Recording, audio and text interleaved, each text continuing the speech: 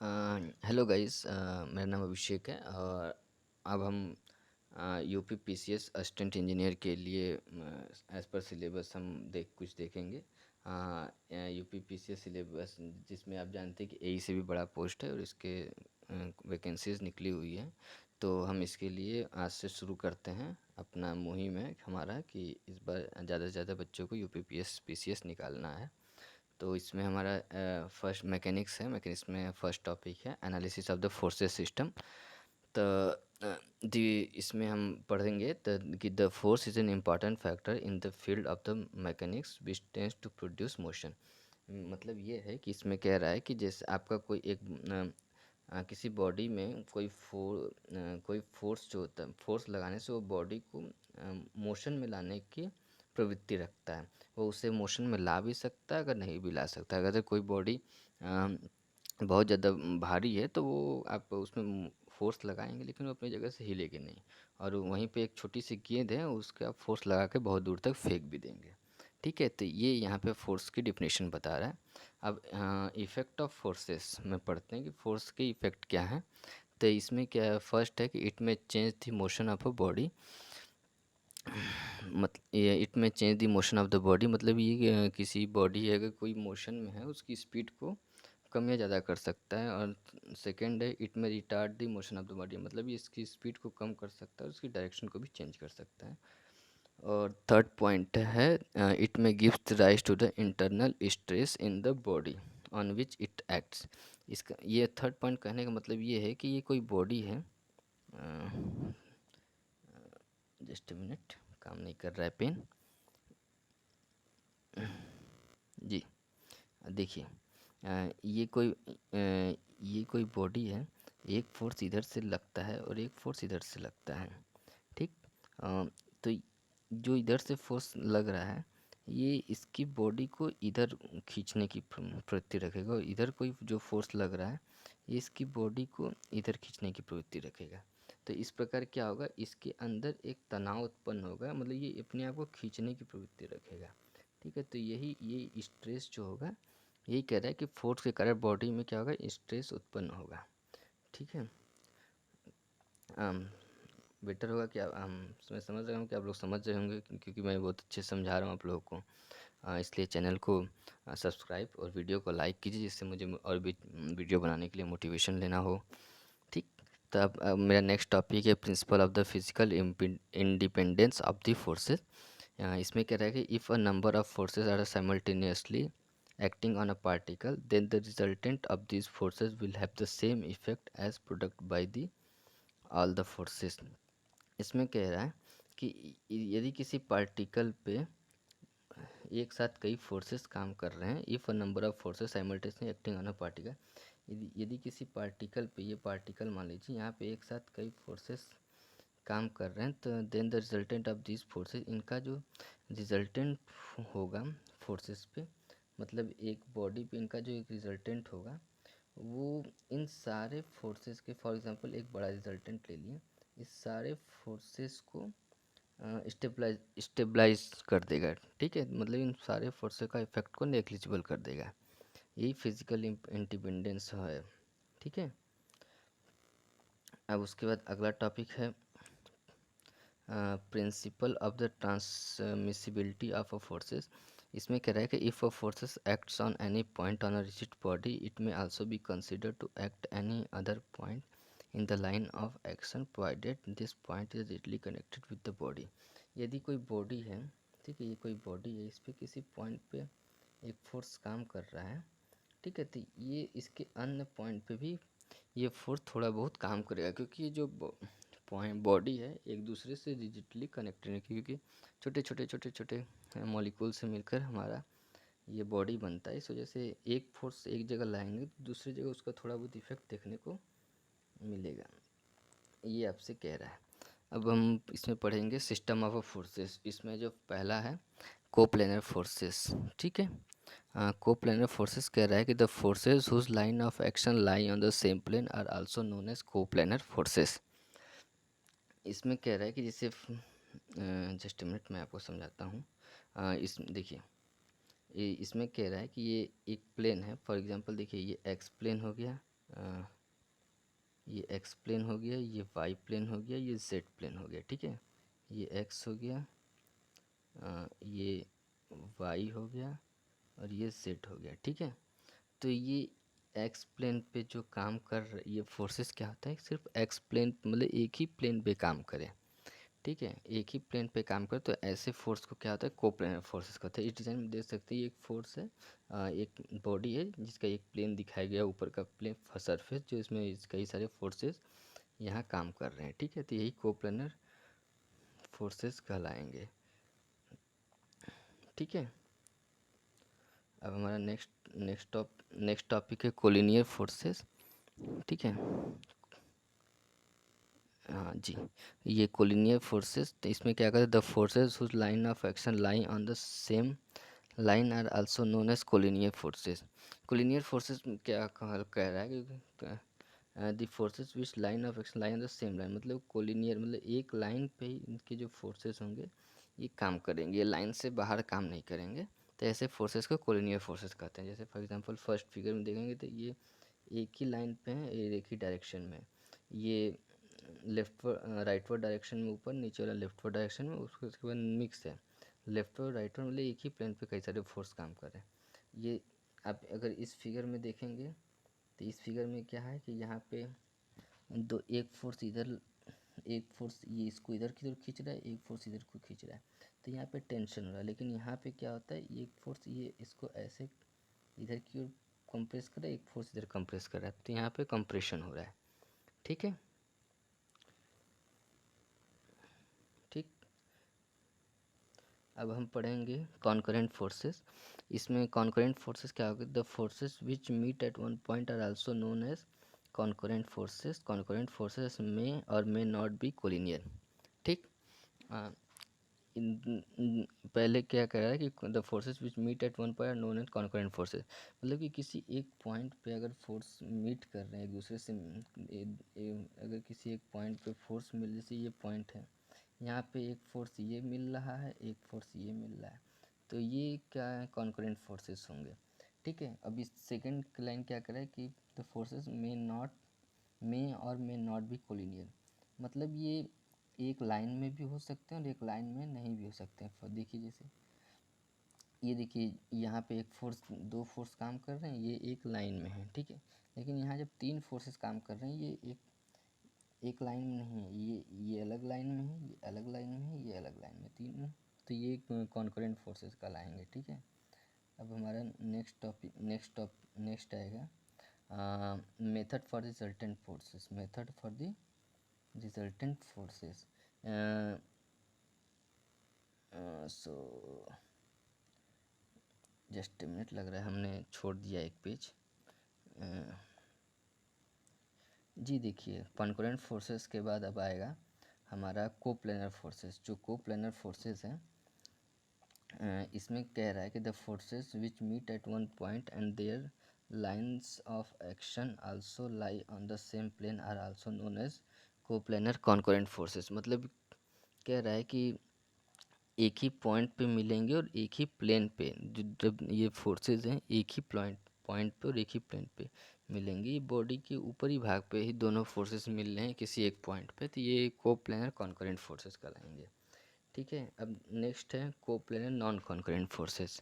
मतलब non concurrent, coplanar तो है मतलब एक ही पॉइंट पे एक ही प्लेन पे तो फोर्स है, लेकिन नॉन कॉन्करेंट मतलब ये जो फोर्सेस एक दूसरे से मिल नहीं रहे, तो इसके यही कह रहा है कि the forces which do not meet at one point but their lines of action lie on the same plane are also known as coplanar concurrent forces, ठीक। अब नेक्स्ट है हमारा non coplanar concurrent forces. The forces which meet at one point, यहाँ पे forces एक पॉइंट पे meet करें, the forces which meet at one point but their lines of action do not lie on the same plane are also known as non coplanar concurrent forces. मतलब ये एक पॉइंट पे तो मिल रहे हैं, बट उनके जो जो फोर्सेस हैं वो किसी एक प्लेन पे नहीं है, ठीक है। देखिए जैसे मैं आपको दिखाता हूँ, देखिए ये जैसे ये फिगर हम बनाते हैं, एक मिनट, ठीक है। देखिए जैसे यहाँ पे हम ये फिगर बनाया हमने, देखिए ये हमने फिगर बनाया। अ, ये एक्स ये एक्स प्लेन हो गया, ये वाई प्लेन हो गया, ये जेड प्लेन हो गया। ठीक है, तो ये देखिए ये एक्स प्लेन हो गया, ये पेन अच्छे से काम नहीं कर रहा है। ये एक्स प्लेन हो गया, ये वाई प्लेन हो गया, ये जेड प्लेन हो गया, जेड प्लेन हो गया। ठीक है, तो यहाँ पे ये कॉन्करेंट तो है, मतलब एक पॉइंट पे मिल रहे हैं, लेकिन ये को प्लानर नहीं है, मतलब ये नॉन को प्लानर हैं। ठीक है, क्योंकि ये एक्स प्लेन है, ये वाई प्लेन, ये जेड प्लेन, तीनों अलग अलग प्लेन पे एक ही पॉइंट पे आके मिल रहे हैं अलग अलग प्लेन से। ठीक है, तो ये नॉन को प्लानर कॉन्करेंट फोर्सेस हो गया। अब उसके बाद हम देखेंगे non coplanar non concurrent forces. मतलब ये जो फोर्स है नॉन को मतलब एक प्लेन पे भी नहीं है, और नॉन कॉन्करेंट मतलब एक जगह मीट भी नहीं कर रहे हैं। तो वही यहाँ पे लिखा the forces which do not meet at one point and their lines of action do not lie on the same plane are called non coplanar non concurrent forces. ठीक है, होप आपको ये सब समझ में आया होगा, जो कि मैंने बहुत अच्छी तरीके से डायग्राम के जरिए आपको समझाया है। अब हमारा नेक्स्ट टॉपिक है, नेक्स्ट टॉपिक हम पढ़ने जाएंगे method for the resultant forces. ठीक है, method for the resultant forces, इसमें पहला है एनालिटिकल मेथड, दूसरा है द मेथड ऑफ रिजोल्यूशन। इसमें पहला देखिए एनालिटिकल मेथड में है पैरेललोग्राम लॉ ऑफ फोर्सेस, और सेकंड है इसका, देखिए सेकंड है मेथड ऑफ रिजोल्यूशन। तो हम पहले पढ़ेंगे पैरेललोग्राम लॉ ऑफ फोर्सेस। ठीक है, इसमें लिखा हुआ है if two forces acting simultaneously on a particle be represented in the magnitude and the direction by the two adjacent sides of the parallelogram. ठीक है, their resultant may be represented in the magnitude and the direction by the diagonal of the parallelogram which passes through their point of intersection. ठीक, देखिए इसमें जैसा बोल रहा है कि if two forces acting simultaneously वाला पार्टिकल। ठीक है, एक फोर्स ये रहा, ठीक है, एक फोर्स ये रहा। ठीक है, तो यहाँ पे जैसे ये फोर्स F1 बना लीजिए, ये फोर्स F2 बना लीजिए। ठीक है, तो दो फोर्स काम कर रहे हैं और ये इनका रिजल्टेंट हो गया R। ठीक है, और देखिए यहाँ पे F1 F2 टू फोर्सेस हो गया। थीटा जो है angle between their forces F1 and F2, ये F1 और F2 के बीच में जो एंगल है ये थीटा कहलाएगा। और जो अल्फ़ा है ये the F angle between the resultant make one of the forces F1, मतलब इसके बीच में जो एंगल है ये अल्फ़ा कहलाएगा। ठीक है, जस्ट ये अल्फ़ा कहलाएगा। ठीक है, यहाँ पे आप देखिए अब तो यहाँ पे रिजल्टेंट आपका हो जाएगा, रिजल्टेंट बराबर हो जाएगा आर बराबर F1² plus F2 square plus 2F1 F2 cos theta, और आपका यहाँ पे टेन अल्फ़ा हो जाएगा F2 साइन थीटा, ये F2 sin theta upon F1 plus F2 cos theta. ठीक है, ये फिर से देख लीजिए आर बराबर F1² plus F2 square plus 2F1 F2 cos theta, और tan alpha equal to F2 sin theta upon F1 plus F2 cos theta. ठीक है, अब यहाँ पे इफ़ द एंगल, ठीक है, यहाँ पे if the angle alpha which the resultant force makes with other force F2। ठीक है, अगर ये F1 यहाँ की जगह अगर यहाँ F2, अगर यहाँ F2 हो जाए और यहाँ पे F1 हो जाए, तब टेन अल्फ़ा बराबर F1 sign theta upon F2 plus F1 cos theta. ठीक है, बस F1 F2 की जो वैल्यू है वो चेंज हो जाएगी। ठीक, अब हम यहाँ पे क्वेश्चन करेंगे। ठीक है, क्वेश्चन करेंगे, यहाँ पे क्वेश्चन है two forces of 100 newton and the 150 newton are acting simultaneously at a point, what is the resultant of these two forces if the angle between them is 45 degree. ठीक, तो यहाँ पे रिजल्टेंट बोला है दो फोर्स F1 बराबर दे दिया कि 100 न्यूटन, F2 बराबर 150 न्यूटन। ठीक है, तो यहाँ पे आपको पता है कि आर की वैल्यू आपको पता है कि रिजल्टेंट क्या फार्मूला आपका F1² plus F2² plus 2 F1 F2 cos theta होता है। तो F1 की जगह 100 का स्क्वायर प्लस 150 का स्क्वायर प्लस 2 इंटू कॉस 45 का 1/√2 होता है, जिसकी वैल्यू हो जाती है 0.0707। अब 100 का हो गया 10,000, 150 मतलब 150 का हो गया 22,500 प्लस इसका आप मल्टीप्लाई करेंगे तो 232 न्यूटन आपका आंसर आ जाएगा। ठीक है। अब आपका नेक्स्ट टॉपिक है resolution of forces. Resolution of forces, ठीक है। रेजोल्यूशन ऑफ फोर्सेस क्या होगा? The process of the splitting of the given force into number of component. ठीक है, नंबर ऑफ कंपोनेंट मतलब आपको जो फोर्सेस दिए होंगे उसको बेसिकली साइन कंपोनेंट और कॉस कंपोनेंट में उसको डिराइव करने को ही ये रेजोल्यूशन ऑफ फोर्सेस कहेंगे। अब इसमें हम प्रिंसिपल ऑफ रेजोल्यूशन पढ़ेंगे।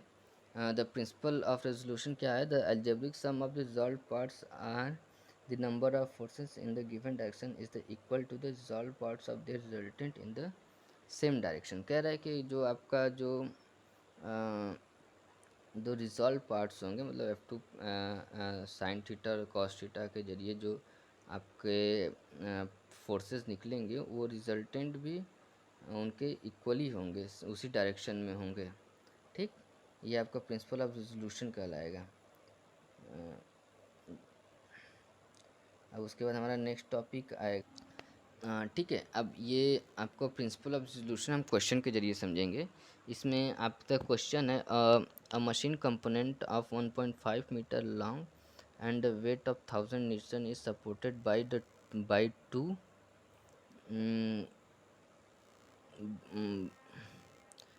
by two ropes AB and CD as shown in figure। ये एक फिगर है।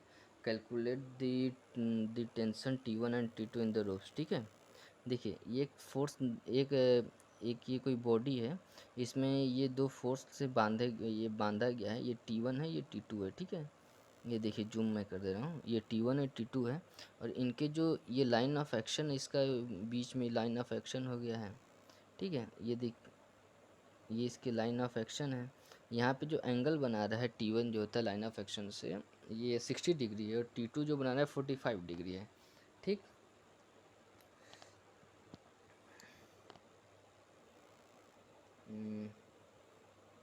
जी। अब यहाँ पे देखिए ये शायद शॉर्ट ट्रिक हो गया है। ठीक है, ये यहाँ पे मैं करके बताता हूँ। ठीक है, यहाँ पे ये T1 देखिए, इसको रिजॉल्व करेंगे। T1 cos 60 is equal to T2 cos 45। ठीक है, T1 cos 60 is equal to T2 cos 45। जब आप इसको रिजॉल्व करेंगे, ठीक है, जब आप इसको रिजॉल्व करेंगे, मेरा पेन आज ठीक काम, चलिए कोई बात नहीं। देखिए T1 cos 60 आप लिख लीजिएगा। T1 cos 60 is equal to T2 cos 45। तो जब यहाँ से T1 T2 को जब ट्रांसफ़र करेंगे, T1 इज टू cos 45 अपन cos 60 इंटू T2 हो जाएगा। यहाँ पे cos 45 की वैल्यू 0.070 हो जाता है और cos 60 is equal to sine 30 की वैल्यू 0.1/2 इज इक्वल टू 0.5 हो जाता है। तो इसको T1 is equal to solve करने पे 1.414 T2 आ गया।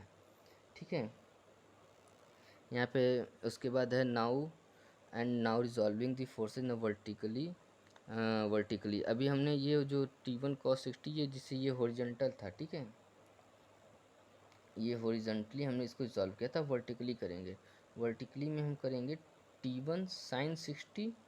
देखिए यहाँ पे है T1, ये अब हॉरिजॉन्टली करेंगे तो ये जो बन जाएगा ये T1 sin 60 और ये T2 sin 40 बन जाएगा। ठीक है, तो वहीं पे लिखा गया T1 sin 60 plus T2 sin 45। ये दो फोर्सेस हैं और इसका एक रिजल्टेंट फोर्सेस जो कि मैं पहले लिखा हुआ है क्वेश्चन में कि बराबर जो इनके जो फोर्स लग रहे हैं, इस बॉडी का जो फोर्स है वो 1000 न्यूटन है। ठीक है, तब यहाँ से T1 की वैल्यू आप यहाँ से निकल लीजिए 1.414 T2 इंटू साइन 60 की वैल्यू ये प्लस T2 और ये इतना। फिर इसको जब हमने रिजॉल्व किया है तो T2 बराबर ये 518.1 न्यूटन है और T1 is equal to 732.6 Newton हो गया। ठीक, चलिए यहाँ तक तो आपको समझ में आ गया। अब हमारा नेक्स्ट टॉपिक है method of this resolution in the resultant forces. ठीक है, method for this resolution for this resultant forces. ठीक है, जैसे यहाँ पे T1 और T2 निकल गया, तब जब इनका रिजल्टेंट निकालेंगे, ये देखिए पहले हमने वर्टिकली निकाला, यहाँ पे मैंने ये पहले हॉरिजॉन्टली निकाला, फिर यहाँ पे हमने वर्टिकली निकाला। तो यहाँ पे अब हॉरिजॉन्टली की वैल्यू यहाँ रिजल्टेंट हो जाता है under root sigma summation of h square plus summation of v square. ठीक है, और tan theta equal to summation of v upon summation of h. ठीक, यहाँ से आप टेन रिजल्टेंट की वैल्यू निकाल सकते हैं और टेन थीटा की वैल्यू अगर क्वेश्चन में दिया, हमारे यहाँ क्वेश्चन में दिया नहीं था, बस T2 और T1 और T2 की वैल्यू निकालना था, जो कि हमने निकाल दिया। ठीक है, फिर यहाँ पे हो जाएगा। चलिए यहाँ पे नेक्स्ट क्वेश्चन है। ठीक है, इसको थोड़ा सा जूम आउट करते हैं। ठीक है, देखिए आप लोग को दिख रहा होगा।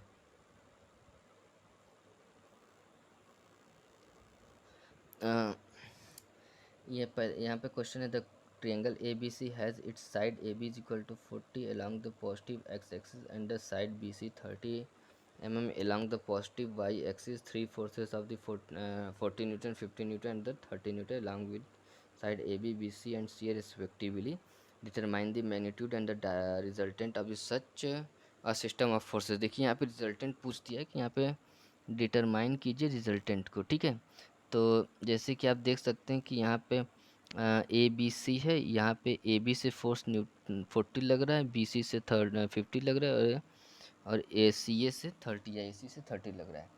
और इनके बीच की जो डिस्टेंस दे रखा है कि ए बी बराबर 40 और बी सी बराबर 30। ठीक है, यहाँ पे हम साइन थीटा निकालेंगे, ये थीटा है, देखिए यहाँ पे ये थीटा है। ठीक है, ये थीटा जो साइन थीटा हम निकालेंगे, sine theta is equal to ये परपेंडिकुलर अपॉन हाइपोटेनियस। ये देखिए हाइपोटेनियस आपका कैसे निकालेंगे, आपको तो पता ही होगा। H square is equal to p square plus h square is equal to under root p square plus b square. ठीक है, बेस हो गया, ये हाइपोटेनियस हो गया, ये आपका परपेंडिकुलर हो गया। ठीक है, जैसे ये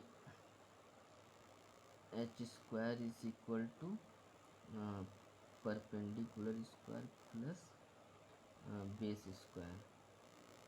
ठीक है, इससे आप निकाल लेंगे। ठीक, अब यहाँ से साइन थीटा की वैल्यू निकल गई, कॉस थीटा के लिए निकल गई। अब इसको रिजॉल्व, चलिए हॉरिजॉन्टली रिजॉल्व कीजिए। हॉरिजॉन्टली में अब देखिए sigma summation of h is equal to, ये देखिए ये 40 इधर की ओर काम कर रहा है, तो 40 माइनस ये थीटा है। जब हम आप इसको आगे बढ़ाएंगे, देखिए जैसे आपने इसको आगे बढ़ाया तो ये एंगल थीटा हो गया। ठीक है, तो ये 30 साइन थीटा, तो 40 माइनस 30 कॉस थीटा।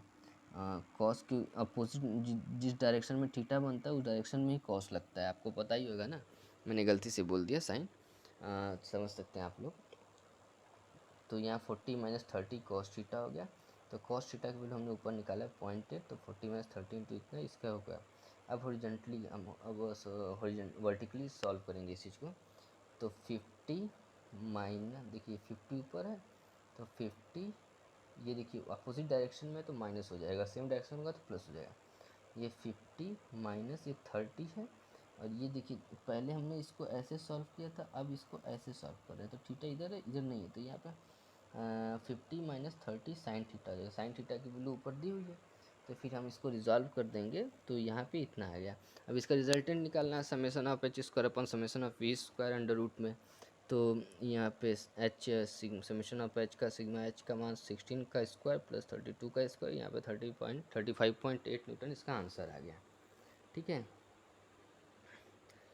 इसका आंसर आ गया। हमारे कुछ छोटे छोटे टॉपिक हैं जी के, जिनको पढ़ना जरूरी है। ठीक है, इसमें क्या है, triangle law of forces. Triangle law of forces क्या कहता है कि if the two forces acting simultaneously on a particle be represented in the magnitude and the direction by the two sides of the triangle, take in order, their resultant may be represented the magnitude and the direction by the third side of the triangle taken in opposite direction। इसको मैं figure के जरिए बताता हूँ आपको। देखिए यहाँ पे ये मैं ये बनाता हूँ आपको। जैसे ये ट्रिएंगल है, ठीक है, ये आपने इसको एक्सटेंड किया, इसको एक्सटेंड किया, इसको एक्सटेंड किया। ठीक है, आपको अगर मान लीजिए कोई यहाँ पे दे देगा कि इसकी वैल्यू 50 है, इसकी वैल्यू 60 है, इसकी वैल्यू 70 है, तो आपको जैसे ये ए बी सी, ठीक है, तो ए बी के पैरेलल एक ए बनाना है, बी सी के पैरेलल बी बनाना है, और जो सी डी के पैरेलल सी बनाना है। फॉर एग्जांपल ऐसे सी बन गया, तो ये जो क्लोजिंग पॉइंट होगा ये आपका रिजल्टेंट कहलाएगा। ये जो क्लोजिंग पॉइंट होगा ये आपका रिजल्टेंट कहलाएगा। इसकी वैल्यू निकालनी होगी, ये आपका स्केल से जो आपका इंस्ट्रूमेंट होते हैं पैरेलल लाइन बनाने के, उससे आप निकाल सकते हैं। अब उसके बाद है पॉलीगॉन लॉ ऑफ फोर्स। ये भी सेम है, पॉलीगॉन है, मतलब इसमें पॉलीगॉन बनेगा। इसमें भी जो क्लोजिंग पॉइंट होंगे वो आपका रिजल्टेंट फोर्स की रिजल्टेंट कहलाएगा। ठीक है, इन देखिए यहाँ पे लिखा it is the extension of the triangle. Triangle का ये एक्सटेंशन है, मतलब बड़ा रूप है, of forces more than two forces which state if a number of forces are acting simultaneously on a particle, P represented in the magnitude and the direction by the sides of the polygon taken in order, then the resultant of all these forces may be represented in the magnitude and direction by the closing sides। देखिए लिखा है by the closing sides of the polygon taken in opposite direction। Opposite direction में हम उसको ले लेंगे, वही उसका रिजल्टेंट कहलाएगा पॉलीगॉन का। ठीक है, तो ये ज़्यादा आपके क्वेश्चन में नहीं आएगा, क्योंकि ये ग्राफिकल मेथड होता है। क्योंकि इसमें देखिए construction of the space diagram, पहले आपको पॉलीगॉन है तो आपको पॉलीगॉन बनाना होगा। पॉलीगॉन जैसे फॉर एग्जांपल, ठीक है, आपका ये आपका लाइन हो गया, एक दे दिया, एक फोर्स ऐसे है, एक फोर्स ऐसे है, एक फोर्स ऐसे है। ठीक है, और इस ये मान लीजिए फोर्स में दे दिया, तो पहले आप इसके पैरेलल एक 20 न्यूटन, ये मान लीजिए 20, ये 30, ये 40, ये 50। ठीक है, तो आप पहले 20 के पैरेलल बनाएंगे, उसके बाद 30 के पैरेलल, हाँ 30 के पैरेलल बनाएंगे, उसके बाद आप 40 के पैरेलल बनाएंगे, फिर 50 के पैरेलल बनाएंगे। और ये इस पॉइंट से इस पॉइंट तक जो अपोजिट डायरेक्शन में क्लोजिंग पॉइंट कहलाएगा, ये आपका रिजल्टेंट कहलाएगा। जब आपको स्केल से मेज़र करेंगे तो ये इसकी वैल्यू होगी, जो कि आपको बतानी होगी। तो एग्ज़ाम में ये पैरेलल बनाने को नहीं आएगा, आप भी जानते हो ऑब्जेक्टिव क्वेश्चंस होते हैं तो इस टाइप के पूछेंगे नहीं। बस आपको याद रखना होगा कि ग्राफिकल मेथड क्या होता है पैरेललोग्राम और ट्रायंगल लॉ ऑफ फोर्सेस के। ठीक है, तो यहाँ पे हमारा फर्स्ट चैप्टर ख़त्म हो गया। ठीक है, आशा करते हैं आपको बहुत अच्छे से समझ में आएगा, क्योंकि मैंने एकदम फिगर के साथ ही आपको बना रखा है। ठीक है, तो यहाँ पे हमारा एनालिसिस ऑफ फोर्सेस ख़त्म हो गया। कल हम इसके कुछ ऑब्जेक्टिव क्वेश्चंस करेंगे। तो तब तक के लिए आप वीडियो को लाइक कीजिए, चैनल को सब्सक्राइब कीजिए। मिलते हैं आपको, और इस तरह आप इसको रिवीजन करते रहिए, जिससे कि आपको एग्ज़ाम अच्छे से दे पाएँ। और ये आपके बेसिक चीज़ें जो कि हर जगह काम आएगा इंजीनियरिंग फील्ड में। ठीक है, तब तक के लिए bye, have a good day.